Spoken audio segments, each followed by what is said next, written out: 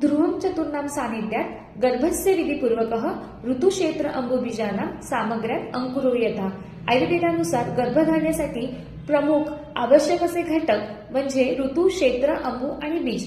ऋतू म्हणजे काय तर गर्भधारणेसाठी योग्य असा काळ म्हणजे ऋतुकाळ। जो स्त्री रजस्वला झाल्यानंतर जो काळ असतो त्याला मोस्ट फर्टाईल पिरियड जो असतो त्याला ऋतुकाळ असं म्हटलं जातं। हे शारीरिक दृष्ट्या आणि नैसर्गिक दृष्ट्या म्हणजे ज्या काळात प्रजनन क्षमता ही जास्त असते निसर्गाचीही आणि जी शरीराचीही, पिंडी ते ब्रह्मांडी यानुसार। तर त्यात नोव्हेंबर नंतरचा जो काळ असतो तर वसंत ऋतू सुरू होईपर्यंत, नोव्हेंबर पासून ते वसंत ऋतू सुरू होईपर्यंत हा मोस्ट फर्टाईल पिरियड नैसर्गिक दृष्ट्या मानला जातो। त्यानंतर असतं क्षेत्र। क्षेत्र म्हणजे गर्भाशय। ज्या ठिकाणी गर्भ वाढणार आहे त्याला गर्भाशय असं म्हटलं जातं।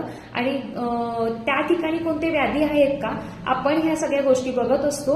युटेरस रिलेटेड जे कॉमन डिसीजेस असतात, उदाहरणार्थ युटेराइन फायब्रॉइड्स, एंडोमेट्रियोसिस, ॲडिनोमायोसिस, त्यानंतर आलं युटेराइन पॉलिप्स किंवा युटेराइन प्रोलॅप्स देखील असतं, किंवा काही वेळेस आपल्याला युटेराइन कॅन्सर मिळतो। या सगळ्या गोष्टी रूल आउट करणं तितकंच महत्वाचं असतं। यामध्ये आपण क्षेत्र बघत असतो। क्षेत्र म्हणजे गर्भाशय। युटेरस कशा फॉर्ममध्ये आहे किंवा त्याची हेल्थ कशी आहे हे आपण क्षेत्राच्या रिलेटेड बघत असतो। त्यानंतर असतं अंबू।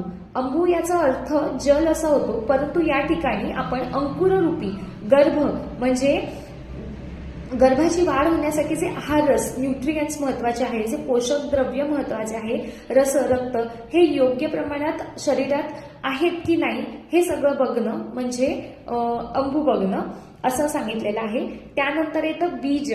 बीज म्हणजे स्त्री बीज, पुरुष बीज, शुक्राणू आणि अंडपेशी या सगळ्या गोष्टी। त्याच्यात आपण ओवम आणि स्पर्म त्यांची क्वालिटी कशी आहे, मोटिलिटी कशी आहे या सगळ्या गोष्टी आपण या सगळ्यात बघत असतो। याला बीज संस्कार या जो मी काल तुम्हाला कालच्या व्हिडिओमध्ये जे सांगितलं होतं की बीज संस्कारामध्ये आपण ह्या सगळ्या गोष्टी बघत असतो।